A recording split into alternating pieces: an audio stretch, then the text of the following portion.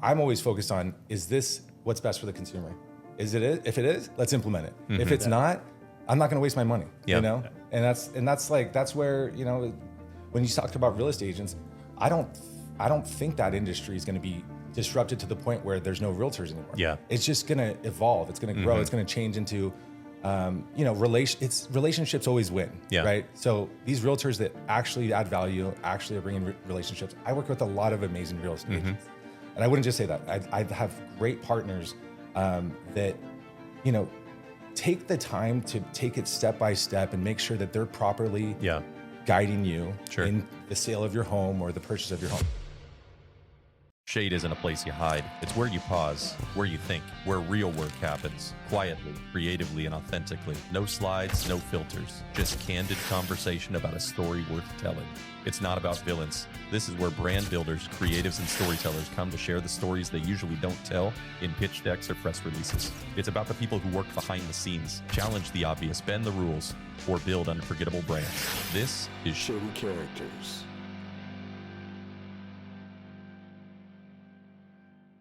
So today on Shady Characters, I'm honored to have Christian Hernandez from Mares Mortgage be here with us today. I've known Christian for, I don't know, a couple years now. We met, I think, on the kids' soccer field, and I just started seeing this cool looking guy over there with his kids, and just figured like maybe he wants to be my friend, and so I think we just struck up a conversation and found a lot of mutual connection points, and it was just really easy to chat with him, and found that, you know, he's really locally involved here, kind of grew up in the area, has a lot of experience here, and now is part of a, you know, kind of this growing movement in the mortgage industry, and kind of taking the reins of Mares here in the future, and kind of has some new insight on how to maybe rejuvenate, you know, that something in that industry, right? So I think you, at least from the naive perspective that I have around that industry, which can tend to feel a bit archaic, it feels like whenever I have conversations with you about it, you've got really innovative and new, thoughtful ways to approach it. So thankful to have you here on the show today. Thank you. And I'm grateful to be here. I was honored to be one of your shady characters. You're a shady character now, bro. Yeah, you might be the shadiest character we've had. Shadiest mortgage broker.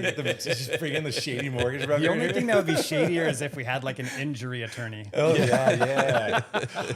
You need an injury attorney? I got one. So we were talking a little bit about you know, growing up here locally, moving up to the Bay Area to play basketball and go to college, moving back down and living in LA, helping your wife pursue a dream in fashion. How did you land back in San Juan, which is home roots, but working for Mares?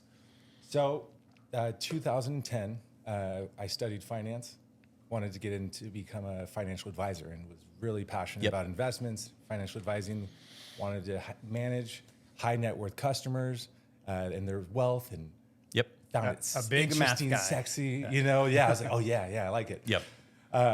2010, not the best time to want to become a financial advisor. Quickly found out, you know, not a lot of opportunity out there. No one had any cash to invest. No, there's no money in the system. So I had gotten a great connection, great interview to work for Merrill Lynch, which for me at that time, coming out of college, was like the top of the top. But they had just merged with B of A. So there's a lot of bureaucracy.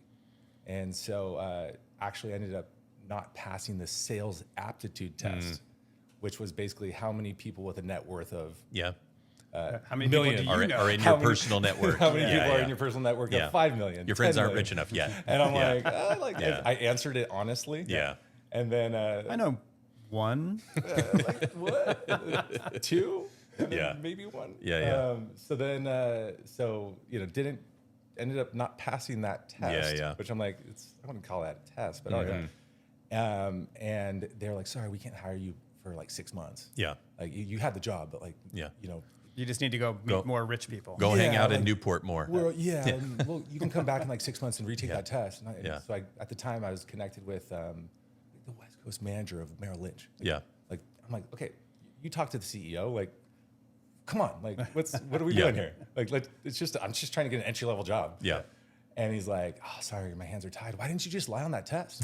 I'm like, what? I was like, Everyone lies. Is that okay, cool. Got it. All right. That's my first intro to bureaucracy and to corporate world. Yeah. And that's my last one. Yeah, well, that's how Peter and Mikey ended up working with us. They both lied.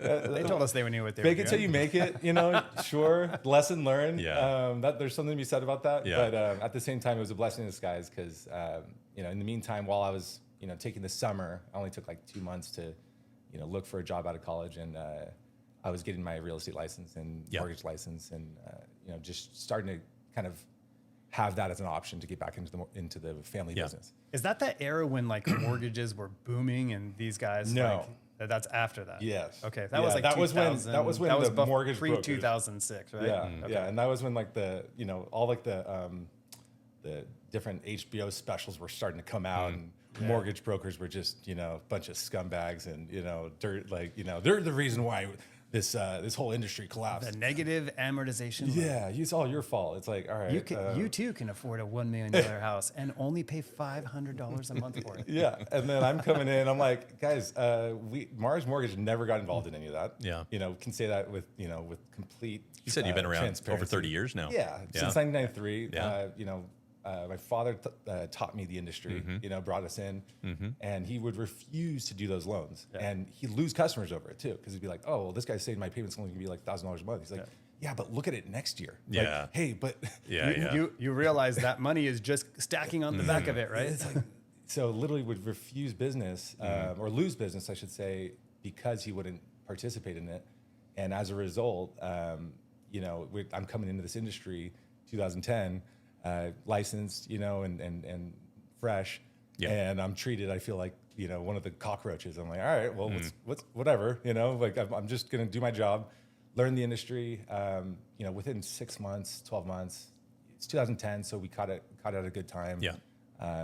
In a sense, kind of rode that wave, all the way up until 2022, 2023. Yeah. But so you're 15 years deep now. Yeah, wow. It's you're a seasoned vet. That's a career vet. At that That's point. A career, yeah. And and I love it. And it's aside from let's say basketball and just my family, mortgages is like my biggest passion. So we talked a little bit about this before we started the show, but you've got and I'm hoping you're going to educate me, but you've got a big, strong opinion on leverage and different types of leverage. And I didn't know that there was multiple types of leverage, but do you want to give us kind of the lowdown on this? And Tim, maybe this will be educational to you too. This is 100% educational. Well, and I apologize now for the stupid and dumb questions I'm going to ask along the way. I guarantee you're going to be like, we do that. We always do that. Like you guys are clearly successful. You've built a great company, and you couldn't do what you're doing unless you have implemented all of these concepts that I've kind of, in a sense, learned or been taught over the years. But leverage, again, coming out of 2010, it's like, people over leveraged, right? People borrowed above what they could afford, above what they, what the asset was worth, what the underlying, asset was even like worth. So over leveraging, terrible, so it's definitely a dirty word in that aspect, but when used properly, leverage can create so much wealth. It can help you partner. It can help you become not only the best version of yourself, it can help you become extremely successful. So that's one thing that I've learned over the years is leverage, specifically recently through technology, right? Through finance, and through relationships, through human leverage. I feel like those three topics especially has just been what has allowed me to succeed in my career. Yeah. So if I am let's say I'm trying to get into the market for the first time in this day and age, we're in 2025. Rates are not the best they've ever been, but historically, I think they've also been significantly higher. I talked to my parents when they bought houses, 30 years ago or whatever, and they were getting 12 to 14%, right? So we're not at a historical high, but we're also not at a historical low. What type of recommendations do you make for someone that's trying to enter the market at this point? Well, we're using a couple scenarios right now as we've seen the market kind of soften over the past 3-6 months. So there's actually a lot of opportunity for buyers right now. Yep. And then we're even seeing our investors starting to purchase again. Past 2 months, we're having a lot Is of that a investors. barometer for change that you look for? Yeah, absolutely. Like once the investors are starting to buy, it's like that means they're running their numbers. And things are starting to pencil a little bit. Is there something that happened that made that kind of shift? Prices came down a little bit. The softening of prices is what sparked that initial desire to get back in the market for investors and then for homeowners. And then for rates didn't shift necessarily. That only happened over the past 2 weeks. So what are rates at now? Are they? I'd say like we're floating around like 6.25 to 6.5. So we were up to like 7.25, even 7.5 at the peak. So they've come down. That seems substantial, but not nearly where people would like them to be. The average consumer, I always said the magic number to start moving this market again is like 5.5. Yeah, gotcha. So that's like that. Once it hits 5.5, people will give up their floodgates open. 2%, 3%. They'll refinance. There's a lot of options there that will benefit the consumer in a lot of ways. But yeah, I mean, I'd say because prices have softened, it's creating an opportunity for affordability. Because people can negotiate, maybe not on price specifically, but instead of using just price as a negotiation, you can get credits from the seller because sellers have the most equity that they've ever had. So they're the only ones with money right now. The real estate agents don't have money. Lenders don't have money. So how does a real estate agent not have money? I don't know. These things are like homes right now are the highest they've ever been, and you're charging whatever 4 and 5%. I think that industry is also going to be poised for margin compression. We're all expecting margin compression. Are we thinking that industry is also poised for disruption with new technology? Like, is that a concern? It's just like the art industry too. Technology and innovation makes everything more efficient. And ultimately, what's best for the consumer is what's best for everybody. Right? Like if I don't have to underwrite and review income because technology is doing it, that was never my job. Saves you time. That was never my job. Time and efficiency. My job is to advise. My job is to guide. My job is to place you with the best option for you. So I love the fact that technology is bringing down margins. And I constantly am telling my team, I'm like, hey guys, we're not preparing for the next year or two. We're preparing for the next 5 to 10. Like let's use technology the right way. Let's offer the most competitive rates and deliver the best service. It's that simple. So that's where we've really leveraged technology.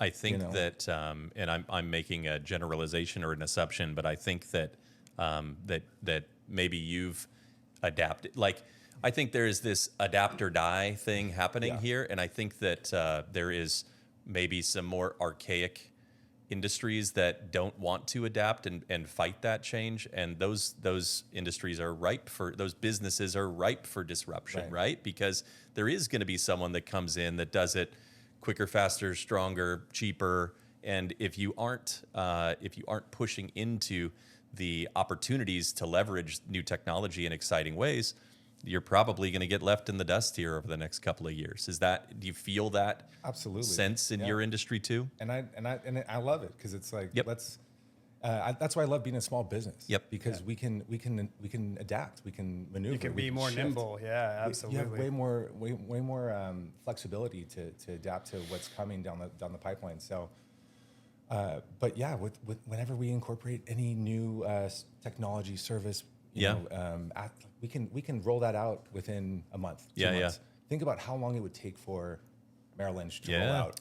There's so many AI service. approvals and A hurdles. lot of red tape. A lot of red tape. And it's like, and and ultimately, again, what's best for the consumer is what's going to win. Sure. Right. So I'm always focused on, is this what's best for the consumer?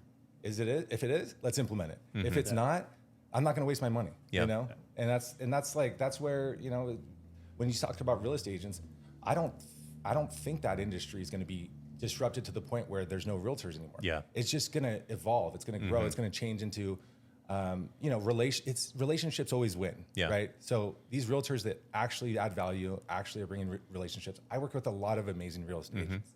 And I wouldn't just say that. I have great partners that, take the time to take it step by step and make sure that they're properly guiding you in the sale of your home or the purchase of your home. Now, sometimes it happens really easy, right? And if that happens, okay, is that worth 3% of a $2 million sales price? Probably not, And that's where it's like, that's where technology will create the efficiency. And ultimately, again, it narrows down the search pretty easy for sure. Yeah. So what do you see then as your leverage as a business and as somebody who's been in this industry for 15 years now? Where do you see where do you move the needle in terms of success and finding success and continuing to evolve? I think that where I'm going with this is that there is a lot of self-marketing here that has to happen in your industry to keep the phones ringing and keep the emails coming, right? What are you doing that you feel like is bringing those? Well, I guess that goes into relationships and what I call human leverage, right? Where I'm not I always feel like even though putting it in those terms, it sounds like exploiting almost, and it's more like partnering and more if it's I'm gonna reference my dad, right? Like where he's some of his lessons, we call them Cudisms, right? His name's Cuberto. He always said it has to be. I'm not going to do it with the Spanish accent either. Okay? He's from Mexico City. Come on. No. You're going to give me canceled or something. My last name's Hernandez, right? So he's like, it has to be a symbiotic relationship, right? Like any good partnership has to be mutually beneficial. The minute one side of the partnership isn't mutually beneficial, it becomes parasitic. Because he was a scientist, studied oceanography. So that's where, I say human leverage, like when I am able to partner or able to build those relationships, whether it's in my own marriage, which is the most important partnership that anyone can ever make. I think that was Mr. Wonderful that said that. It was like, the best business decision you can ever make in your life is who you should decide to marry. And so, I mean, like, thank God I chose a good one. Natalie is a saint, and she's allowed me to leverage my career, and now I'm trying to leverage it back for her because the kids are in school now, and I'm trying to leverage my time to give it back to help her continue to build her career back again. So that's kind of what I'm talking about when I talk about human leverage. In business right now, we have Colby here, right? He's my next door neighbor. He's just talking. I met him, outside the house the other day, and he's like, "Yeah, it's kind of hard to find a job." I'm like. I was like, okay, what? He's going to school, studying at Pepperdine. Needs to have some flexibility. Needs to have some, wants to find a career, not just work as a barista. And then, no offense, but I want to work towards something in my studies. Sure. And I'm like, well, okay, you can leverage me. And learn, and if you shadow me, you're leveraging me. You're learning everything I have to teach you. Get your licensing, and while you're going to school, you're learning a trade, right? And that's one thing that is hard to disrupt is the trade industry. And so we always have looked at mortgages as more of a trade industry, if anything, and just creating that service that, it's not, as a broker specifically, we have options, right? We have a lot of different options. And so not everyone's the same mold. And so if you walk into a bank, they're going to say, show me your W-2s. It's like, oh, I have tax returns. Okay, show me your tax returns. Oh, well, no, you didn't file enough. You wrote all of your income off like a good self-employed borrower. And so it's like, sorry, stamped, denied, We're like, okay, well, how about we do this? We do 12-month bank statements, okay? We take a 50% expense ratio out of your deductions from your deposits of your business. Are you 50% over the owner of the business? Okay, so we'll take 50% of the deposits, take a 50% expense ratio, and we'll use that as income. And I had a borrower tell me one time, they're like, oh, that's a lot more income than I show. I'm like, he's like, is that accurate? I'm like, it's more accurate than what you report to the IRS. Okay. I'm like, let's be honest. What you report to the IRS is way less than what you actually make. And so I love that. Cause I'm like, look, we're not bringing back those terrible loans that were in the past. we're using common sense underwriting and actually, implementing true underwriting. Yeah. And I say we as in like the non-QM, non-qualified mortgage lenders and wholesalers that we partner with, to offer options to everybody, and that's where teaching this trade, as a mortgage broker, it helps us adapt and helps us be nimble and helps us be able to offer a service to everybody, not just to that one easy A+ borrower that makes a lot of money and has a lot of money in the bank. Sure. You said something in that, and I think all of that was very insightful. You said something that stood out to me though, and I think it aligns with kind of how I view you. And you said, human leverage, it's not exploitative, and I think that there is an air where you can kind of imagine like there could be an angle where human leverage feels like it's exploitative. But you said something there that I thought was intriguing, is that it's not exploitative when you seek out someone like a Colby and you're saying, hey, use me. I want to mentor you. I want to give you that first step on the ladder. Like, you don't have to jump to get up to that first thing. I can, and I really appreciate and I value that about you, because it's more about sharing. Human leverage can work both ways. And this is not exploitative at all, because you're going, hey, let me help you up. Give me your hand. Let me help pull you up and get you started on this thing. And I think that there is, I have definitely had those people in my career that kind of like guided me or shepherded me a little bit. And I appreciate hearing you say that. And I've seen that in your actions before. And I think that that's really cool, just in general. So as a human trait, I feel like I want there to be more of that, right? I think that in our industry, and I'll relate this to our industry, there's a lot of times where people are like, nope, these are my secrets. I worked 15 years to get these secrets. I don't want you to know my secrets. You're going to have to work 15 years to learn them, and I don't feel like that moves the needle. I feel like there's so much intrinsic value in helping guide people a little bit and give people those opportunities that you see that in. So I appreciate that you do that. Well, it's what was given to me too. Yep. It's like it's my family business, right? Yep. My father started the company in 1993. He's offered the same opportunities, all things considered, to everyone that's been through his doors. And it's just who's going to take advantage of exploiting him. Yeah, you know what I mean? Leverage me. It's tough for kids now too. I mean, when even like, it's great that there's an opportunity, because I think that's the biggest challenge even still for kids when they get out of school, is there's so much competition that it's it's all coincidence that you guys bumped into each other, but the fact that you're willing to let him or anyone jump in and learn what you do, I think that's fantastic, and it's like it just helps shape your industry to have younger talent that's very well educated and understands the process at an earlier I want to touch part on of their that career. because honestly, and this is the only reason why I've never wanted to grow like a big mortgage company. I'm not trying to be the next giant mortgage lender in the nation. But one thing that's kind of upset me over the years is like I'm seeing new mortgage brokers coming up in this area specifically, and I'm seeing the way they're advertising and the way they're originating loans, and I'm like, oh, that's what the bad guys look like. Okay, got it. All right, that's what you're boasting boats and jet skis and stuff on social media. It's like, dude, come on, that's not who we are. That's not what we do best.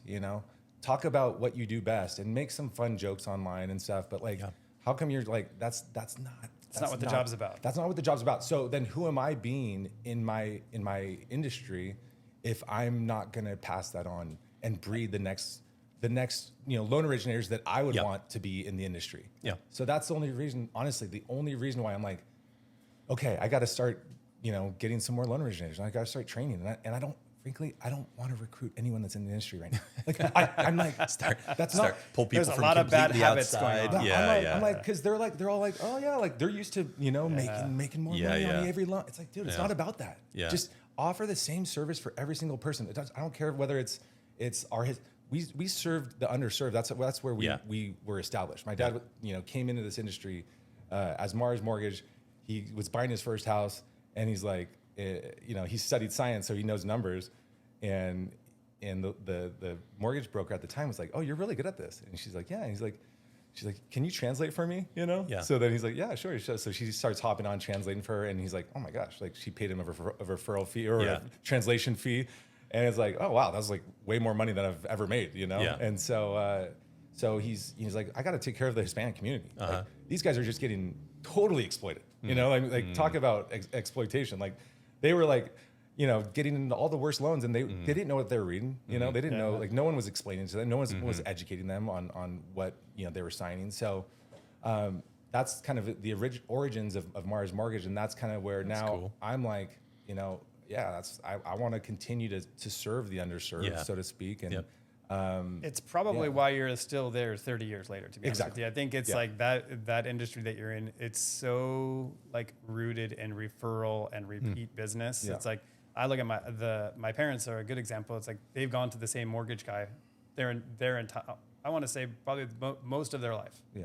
My brother went to the same guy. My sister also went to him. It's like, you find that guy, and it's not like it's a one and done like transaction. It's like the rates get better. Guess what? If you're good at your job, you're going to reach out to them. Hey, the rates have dropped. It's time to refinance if you're up for it. And like you present opportunities to them. And that again, it's like, as long as there's an honest transaction happening there, like that relationship goes a long way. And the way we've structured Mars Mortgage in general, it's like, I don't want my sales team to have to even think about the money side of it. Like there's no option. It's like, this is like, we're offering the same service, whether that's a $3 million loan or a $300,000 loan. You know, it's like, these are the same great rates, same great service that we're going to offer to everybody. So there's that aspect of it where it's very regulated. And that's one thing that I loved about Dodd-Frank and, TRID and all these guidelines that got put into place after the Great Recession, was that it regulated the mortgage brokers the most. You know who's the least regulated right now? The banks. I'm like, dude, how did those guys get away with it? But I'm like, you know what? It forced us to just immediately. I thought you were going to say crypto. Well, that's true. That's what I should say. Yeah. That's a whole nother topic. You have people coming to you buying houses with crypto? And it was kind of funny. It's like, can we can use crypto to buy a house? It's like, well, yeah, it's not like, as long as you can document it. You know, as long as you can paper trail the money. That's all we're talking about. Yeah. Like well, show me your account number. That's the best part about crypto. There is no account number. It was like, okay, well then show me your wallet number. I don't know. What do you want to call it? But that's where it's like, I think, crypto is great. I think it's an important part of finance. It's going to be probably like the future of finance, all things considered. Blockchain technology, and I think that's the only thing I'd say that would completely disrupt the real estate industry is once they figure out how to trade property and trade real estate with blockchain. Yeah. Like that'll be fascinating. Yeah. And that would completely wipe out title. That'll think about title insurance. Yeah. Crypto is going to be assumed. So if you transfer a property, it's instant. It's instant. Yeah. So it's like, you don't need title insurance at that point. You don't need, mortgage. Okay. Your finances are synced to your. Wow. It's like, so yeah. But that's a whole nother. Yeah. I think we got a few more years at least.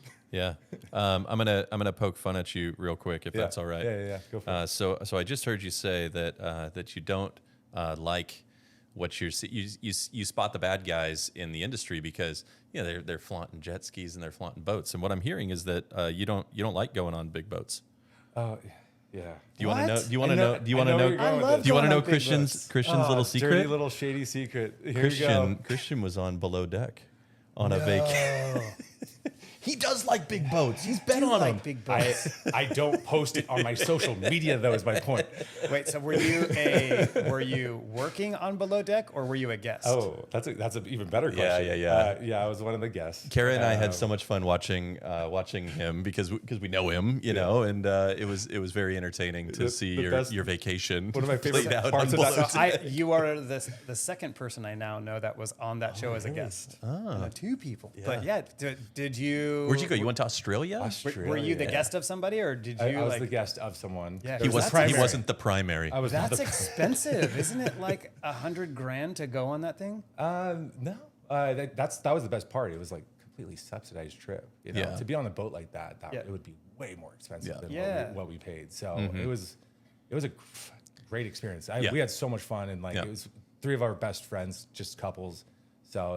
It was an incredible experience to get to dive, snorkel the Great Barrier Reef. I'm like, dude, I never thought I was going to do that. Like, I never was planning on doing that. And now you got to do it off a big boat. Off a big boat with like jet skis and like it's super sick. A yacht.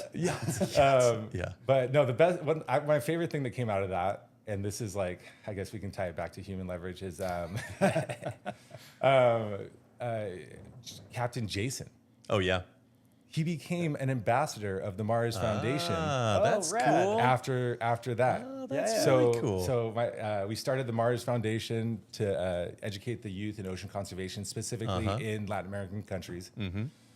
So spearheaded by Huberto, my father, he's just done an incredible job of creating this curriculum, basically copying what the Ocean Institute in Dana Point has done and partnering with them and truly leveraging their platform, their education. They do an amazing job. They do. You see that, like Awesome. the volunteers. Yeah, it's so like, cool. how do you get these all these volunteers and they're studying? There's work courses with universities.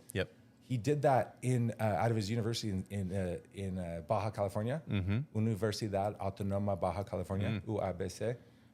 Go Rams! All right. And he did that out of his university. He created an Ocean Institute replica. How cool. Basically, with the curriculum, and the students are the volunteers, and they get volunteer hours that they have to have. Wow. So it's like, it's sustainable. Yeah. You know, it doesn't cost the school any money. Yeah. It's like why wouldn't you do this? Yeah. And then they bring in all the local schools.